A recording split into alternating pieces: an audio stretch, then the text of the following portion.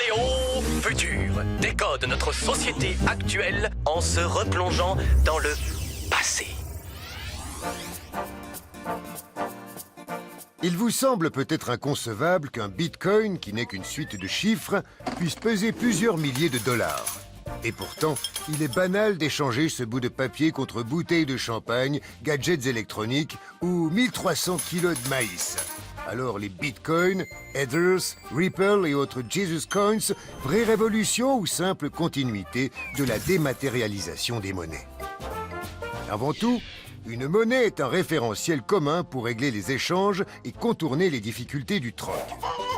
Au cours de l'histoire, les porte-monnaies ont été remplis de tout un tas d'objets plus ou moins bizarres. Fèves, coquillages, pierres semi-précieuses comme l'ambre ou encore le sel, utilisés dans la Rome antique pour payer les légionnaires, donnant au passage naissance au mot « salaire ».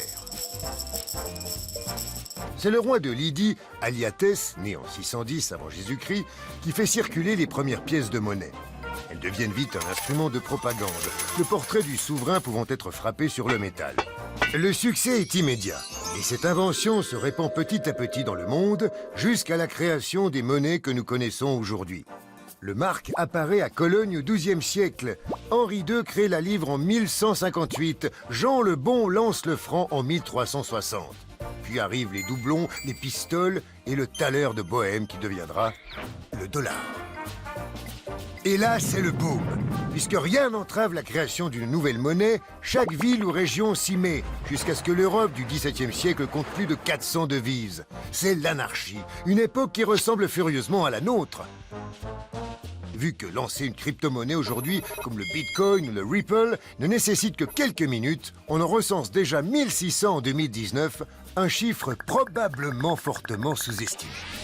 Après les piécettes arrive une nouvelle révolution, le papier-monnaie. Apparaissant au Xe siècle au Sichuan, les jiaozi sont des sortes de chèques qui s'échangent contre une quantité de métal certifié par le sou impérial. Les banques centrales d'Europe se mettent à émettre leurs propres billets à partir du XVIIe siècle. Mais les débuts de l'ère papier ne se font pas sans problème. La France tombe en faillite 2 fois quand l'État oublie d'éteindre les rotatives. Et les bifetons sont vite accusés de colporter un tas de passagers clandestins plus ou moins féroces. Une peur toujours tenace à notre époque où le virus de la grippe peut parfois survivre jusqu'à 5 jours dans un porte-monnaie.